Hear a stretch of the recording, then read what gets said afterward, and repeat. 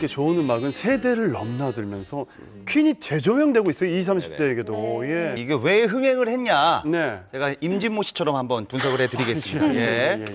음악이에요, 일단. 중장년층에게 굉장히 폭발적인데, 자, 보십시오. 지금 가요 프로에는 EDM과 뭐 힙합이 주를 이뤘잖아요. 여기에 소외됐던 중장년층들이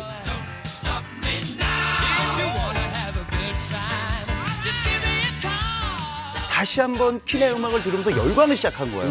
그리고 10대들, 20대들 어떻게 이 음악을 열광하냐? 그 이유는 어릴 때부터 CM송과 각종 BGM, 어디서 나오는 음악들을 몸으로 받아들이다가 영화를 봤는데 내가 하는 음악이 나와서 더 열광하게 되는 거죠. 그래서 모든 사람들이 열광할 수밖에 없는 영화였다. 이렇게 분석을 합니다. Something that people will feel belongs to them. 아, 보고 싶네요, 근데 진짜. 네. 근데 정말 퀸의 노래는 생활 곳곳에서 들으면서 자라오기는 그러니까요. 했어요. 근데 아, 네. 이게 퀸이라는 그룹의 노래구나. 특히 그 예. 위아더 챔피언은 그 스포츠 경기 때마다 나와가지고 저는 약간 그 공식 송인 네. 줄 알았어요.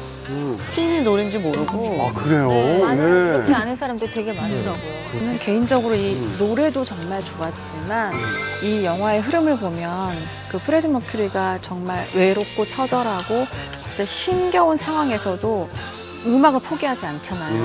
힘든 상황 속에서 열심히 살아가는 걸 보고 용기를 얻었대요. 저도 최근에 봤거든요. 보셨어요, 예. 근데 너무 그 음악적 거기에 저는 꽂혔어요. 그러니까 그의 어떤 파란만장한 삶 이런 것보다도 어떤 그의 뭔가 천재적인 음악적 역량, 어떤 무대를 생각하고 음악, 가사, 음악적으로 너무 좋았어요. 그게 진짜 저도 영향을 많이 받았어요. 그 이후에 항상 운전할 때 퀸 노래를 노래만 들었어요. 이야. 힙합을 하는데도 그 퀸의 음악이 되게 와닿았다. 퀸은 네네. 장르를 넘나든다. 이게 장르를 얘기하기가 애매해요. 정말 전 장르를 넘나든다고 해도 과언이 아니거든요. 사실 이게 인기가 어느 정도의 그룹인지 사실 체감이 안 되는데 저희 때는 사실 서태지와 아이들이 저희한테는 전설이거든요.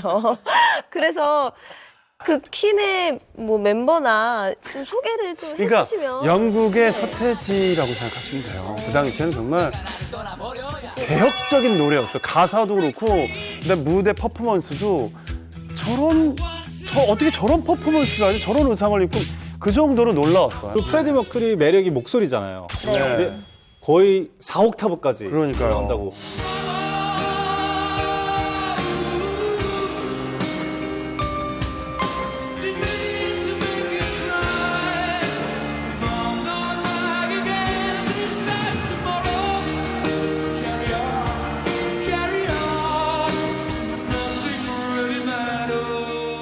한국에서 고음 대표 주자가 이제 김경호 선배님. 김경호 선배님이 3옥타브 정도거든요.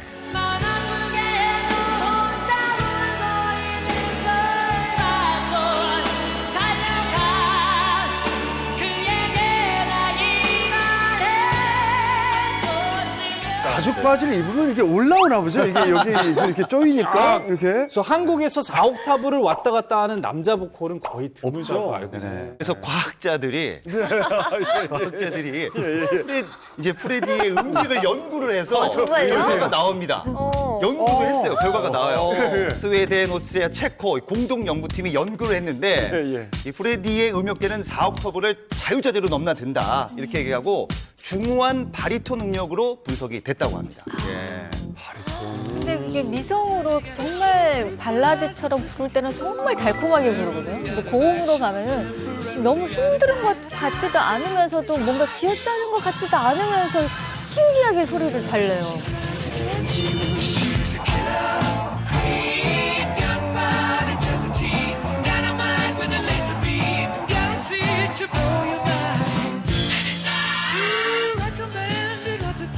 프레디 머큐리의 외모 중 가장 눈에 띄는 게 있죠. 저 같은 경우는 치아였어요. 근데 이 치아가 그에게는 예전에는 좀 분명 컴플렉스였던 것 같아요. 그래서 그의 지인이 한 인터뷰 중에 이런 이야기가 있는데 실제로 그가 마음껏 웃은 것은 그의 집뿐이었다라는 글을 읽었었던 적이 기억이 나거든요.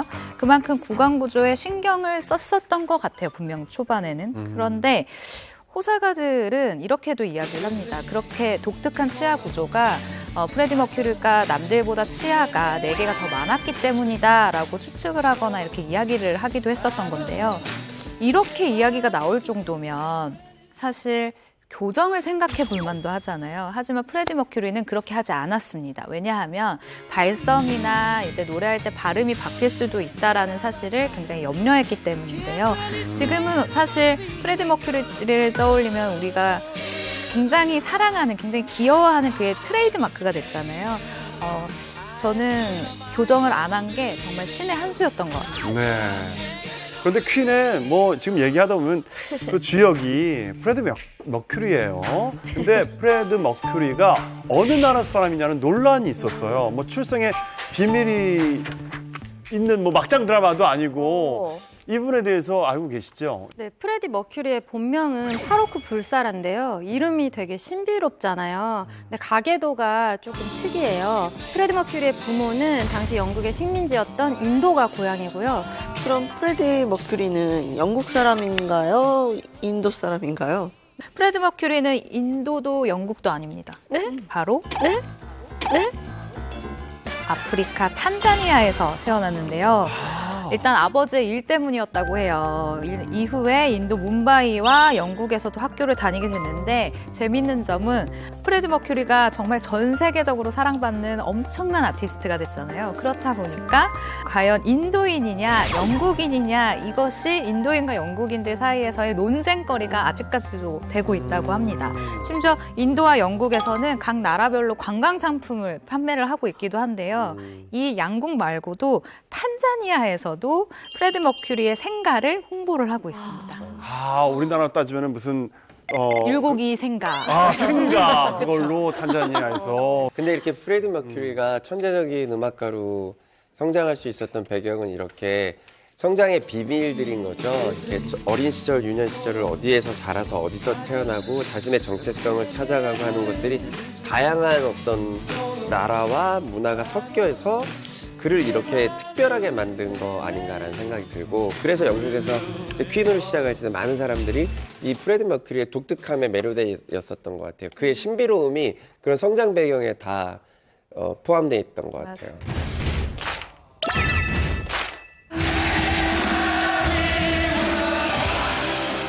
영화를 보면 프레디 머큐리가 사랑한 메리라는 여자가 있었고 그 남자도 있었다는 사실 이번에 영화로 알게 된 분들이 꽤 많으실 텐데 도대체 프레디 머큐리의 진짜 사랑은 누군가요? 예.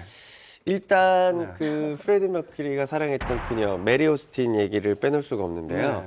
퀸의 아주 유명한 노래죠. 사랑 노래 Love of My Life 라는 노래는 이 주인공이 바로 메리입니다. 메리에게 자신 있게 바치는 노래를 만든 건데 머큐리의 뮤즈라고 할 수 있죠. 평생의 어떤 오로지 단 한 사람을 사랑했다 하면 이제 메리를 꼽을 수 있을 정도로 I love the way you move on stage. The whole room belongs to you.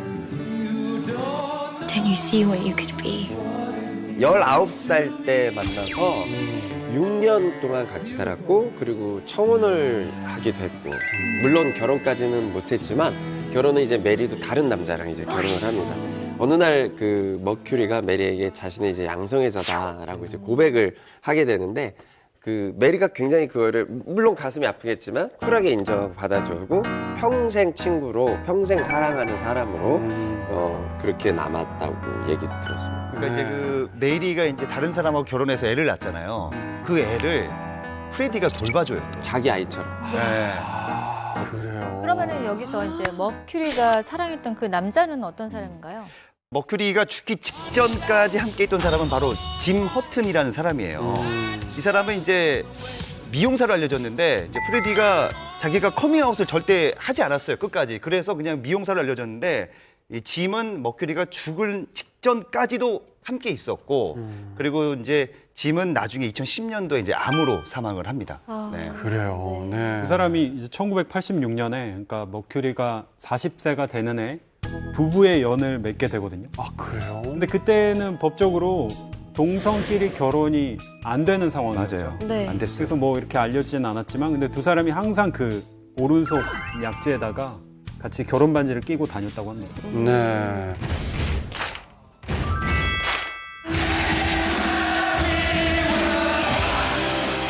더욱 놀라운 사실은 프레드 머큐리의 어마어마한 유산이 짐에게 간 게 아니라 메리에게 남겨졌다는 게 사실 네. 왜 두 분이 짐이 아니라, 그렇죠. 어떻게 보면 네. 부부로 선언한 거는 짐이었는데. 일단 이 유산 문제 때문에 메리와 짐 허튼 간에 문제도 있었습니다.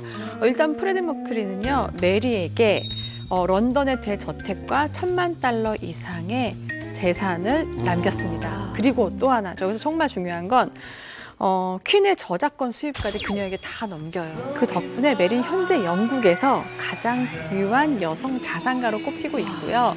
메리의 나이가 지금 올해 67세라고 해요. 여전히 그 대저택에 살고 있고요. 이 대저택의 가격이 무려 290억이 넘는다. 그런데 참 이해가 안 가는 부분이 있긴 있어요. 왜냐면 사랑했던, 그러니까 죽을 때 사랑했던 연인은 따로 있는데 그 전에 아무리 뮤지라고 해도 내 노래에 영감을 준 사람이라고 해도 메리는 다른 남자와 결혼해서 가정을 일구고 있고. 궁금한 점을 황영진 개기자가 어렵게 찾아냅니다. 이거 정말 어렵게 찾아냅니다. 예. 제가 정말로 많이 뒤져갖고 2013년도 메리의 인터뷰를 어렵게 제가 찾아왔어요. 예. 일단 이제 프리디가 메리에게 이 저택과 널 재산을 주겠다라고 하니까 메리가 이런 얘기를 해요. 그러지 마라. 자선단체에 넘겨라. 나한테 주지 말고. 딱 이럴 때 프리디가 이런 말을 해요. 내 인생이 달랐다면 넌 내 아내가 되었을 거고 어차피 이건 다 네 집이야. 그렇게 어릴 적에 만나가지고 잘 되고 사랑했는데 결과적으로는 메리가 그 안에서도 얘기를 하거든요. 내가 양성애자인 것 같아고 고백을 하니까는 아니야, 넌 게이야라고 게이야. 얘기를 하거든요. 그 얘기는 뭐냐면은 난 여성으로서 너한테 사랑을 받질 못했어라는 얘기를 우회적으로 얘기한 거거든요. 프레디도 그걸 알 거고 평생 미안했을 거예요, 메리에게는요. 그렇기 때문에 전 마지막에 뭐 굳이 꼽자면은 메리의 손을 좀 더 들어준 게 아닌가라는 생각이 들어요.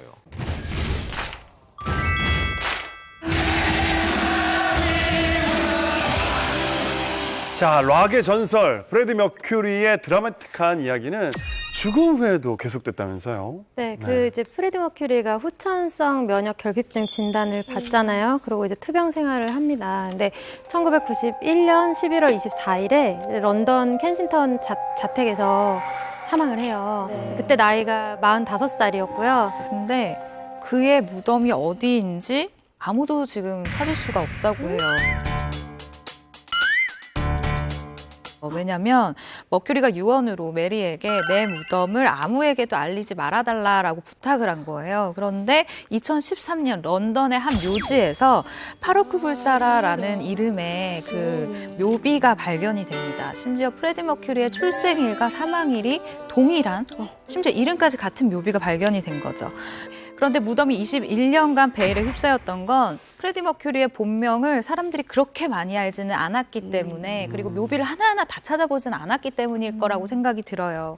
하지만 이 사실이 공개된 후 정말 며칠이 지난 후에 무덤이 사라졌다고 합니다. 이장을 한 거예요? 그러니까 보면은 계속 외로운 사람이었어요. 메리를 만나기 전까지 프레디는 되게 외로운 사람이었어요. 성 정체성도 그렇고 이렇게 외로웠던 사람이 너무 많은 관심을 받으니까 방황도 되게 많이 해요. 네. 그런 약물에도 손을 대고 막 이런 과정에 결국은 다시 돌아갈 때는 그냥 원래 있었던 조용한 곳으로 가고 싶었던 거죠. 그래서 메리한테 사람들이 내 무덤을 모르게 해달라고 그렇게 부탁을 했다고요. 네. 그래서 메리는 지금까지도 그걸 지켜주고 있는 거예요. 네. 얼마 전에 이제 제가 입양한 제 조카 딸이 네.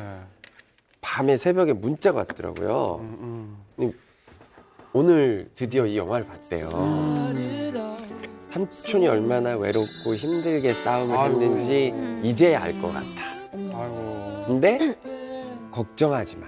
내가 삼촌을 지켜주고 삼촌 옆에 있어줄게. 이 문자를 저한테 보내는데 제가 갑자기 또 그 새벽에 눈물이 막 빵 터진 거예요. 울었어? 눈물 타임 갑니까? 눈물 타임 아니요, 이제는 안 울려고 하는데 하여튼 이번 영화를 통해서 이제 대한민국의 또 많은 분들이 영화를 보면서 음악적으로도 감동을 받겠지만 차별을 받는 어떤 소수자의 삶에 대해서 조금 더 관심을 가져주셨으면 하는 게 개인적인 바람입니다. 네. 예.